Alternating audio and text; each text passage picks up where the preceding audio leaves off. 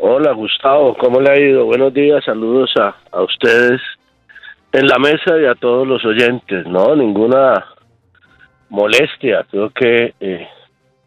es una manera de cuestionar el centralismo que está asfixiando al país. Y los gobernadores y alcaldes todas las semanas desfilan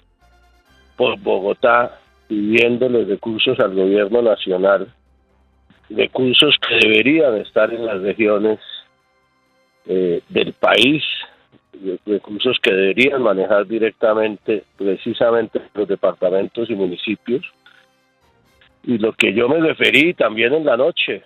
en el acto de la Federación Nacional de Departamentos, en donde por el contrario fui recibido con gran afecto y cariño, además por la mayoría que son amigos, es que es el momento, Gustavo, de que afrontemos en serio, no con cuentos, no con palabras, no con discursos, el tema de la autonomía territorial en Colombia. Yo creo que nosotros en Colombia nos hemos especializado en evadir las reformas de fondo que necesita el sistema político y el ordenamiento territorial en Colombia. Nos distraemos todos los días con la coyuntura, con el escándalo del momento, con las confrontaciones inútiles,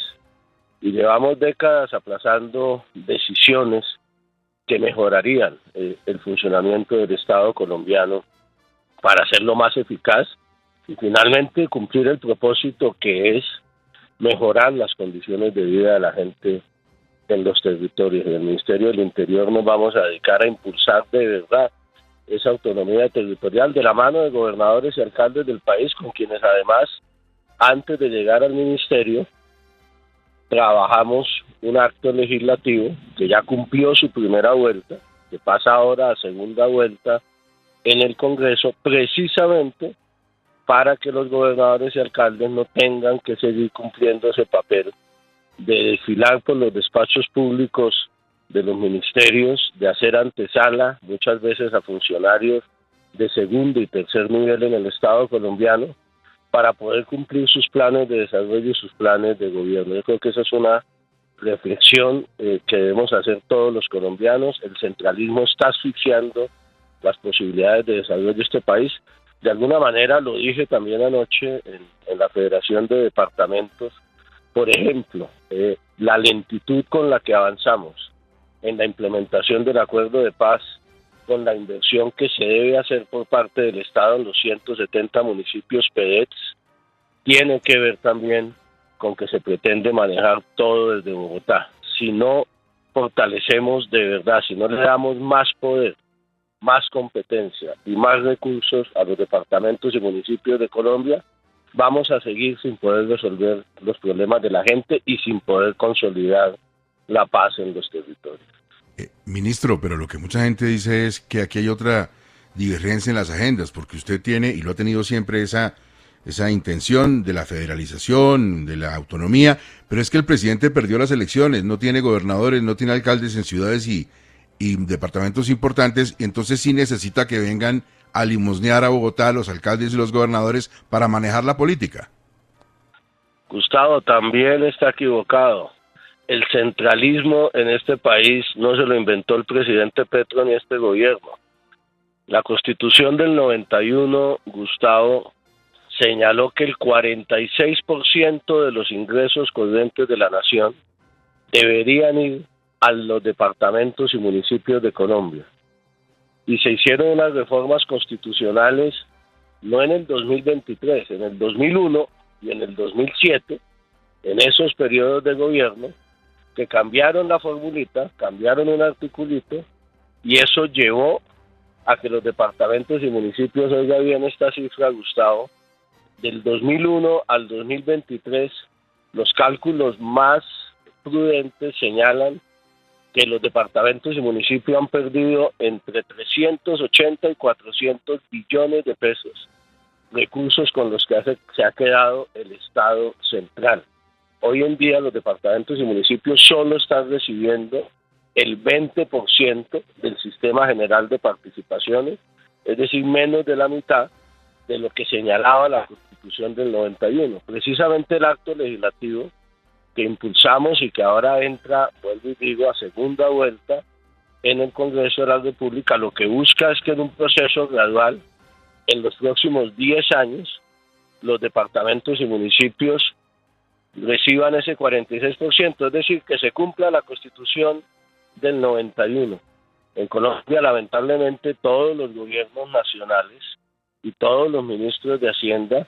se vuelven centralistas porque aquí la disputa es quién maneja los recursos, quién maneja el presupuesto y obviamente el Estado central, cosa que no sucede en casi ninguno de los países con economías pujantes y más poblados del mundo, porque tienen regímenes de autonomías o regímenes federales. El Estado central se queda con esos recursos y de alguna manera con la influencia en la política territorial. Yo creo que no es una discusión de coyuntura, Gustavo, no es si este gobierno, digamos, esta reforma constitucional seguramente se comenzará a aplicar ya en el próximo gobierno a partir del 26, pero superando esa cuestión de coyuntura, de quién está gobernando el país, yo creo que tenemos que hacer una reflexión a fondo y yo desde hace ya varios años tengo la convicción de que el centralismo colombiano es causante de buenas partes de los problemas del país. En el gobierno del presidente Petro, en el gobierno del presidente Santos, en el gobierno del presidente Uribe, en todos los gobiernos sin distinto de orientación crítica e ideológica.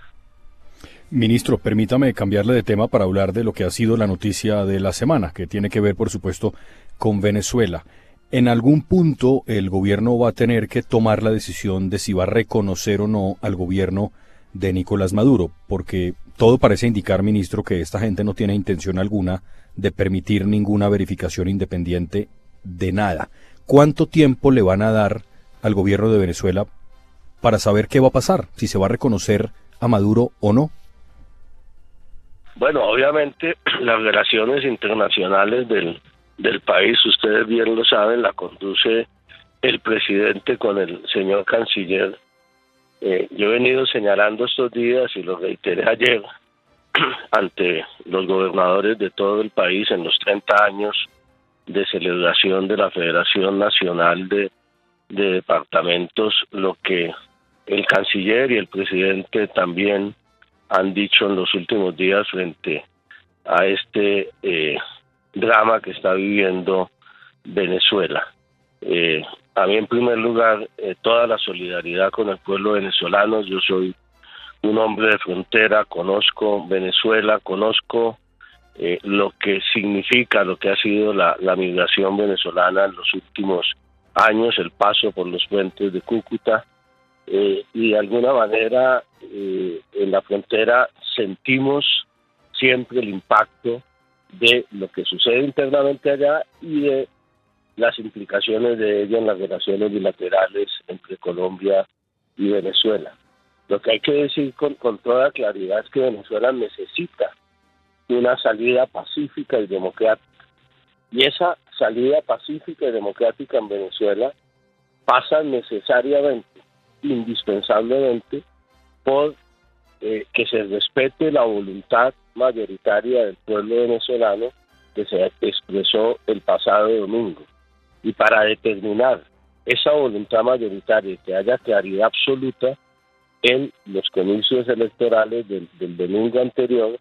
es también absolutamente indispensable que se publiquen todas las actas, que se haga un conteo voto a voto de lo que sucedió el domingo pasado, que haya un escrutinio verificable por la comunidad internacional, por unos organismos técnicos internacionales, con participación de todos los actores políticos que participaron en las elecciones del domingo. Eso es absolutamente necesario. Yo creo que hay consenso en la mayoría de la comunidad internacional alrededor del tema y yo creo que hay que seguir exigiendo a las autoridades venezolanas que garanticen ese escrutinio imparcial, objetivo y con la verificación internacional y el conteo voto a voto. Bueno, usted habla de municipios, de departamentos, perdón. Menos mal usted fue porque el presidente no apareció. Diana Saray, la escucha del señor ministro del Interior. Ministro, si el Nicolás Petro, presidente de Venezuela, insiste en que él ganó en las elecciones, en no mostrar esas actas como usted lo pide y como toda la comunidad internacional lo pide, ¿Colombia va a mantener las relaciones con Venezuela sin modificaciones? No, eso obviamente es una decisión que tendrá que evaluarse en la medida en que continúen los acontecimientos en Venezuela. Esperemos que finalmente se publiquen esas actas y se encuentre una salida democrática y pacífica, y como lo dije anteriormente, pues obviamente es una decisión que deberá tomar el gobierno en cabeza del señor presidente y del ministro de Relaciones Exteriores. En esa negociación, no sé si lo sepa, ministro, que está llevando a cabo el gobierno con el gobierno de Venezuela, ¿hay algún numeral que esté confirmando o proponiendo hoy, digamos, a estas alturas y después de la declaración de ayer, la salida de Nicolás Maduro? No sé, Vanessa, está conduciendo el presidente con el canciller, como bien lo dijo ahora Gustavo, ayer el presidente estuvo todo el día en contactos con distintos países latinoamericanos, no solamente con México y Brasil, también con Chile, lo que lamentablemente le impidió asistir a esa ceremonia muy importante, la verdad muy importante para el país en este momento en el que tenemos precisamente que trabajar en fortalecer la autonomía territorial de los 30 años de la Federación Nacional de Departamentos. Señor ministro, muchas gracias y un buen fin de semana para usted. Gustavo, un saludo muy especial y gustos en estar con ustedes.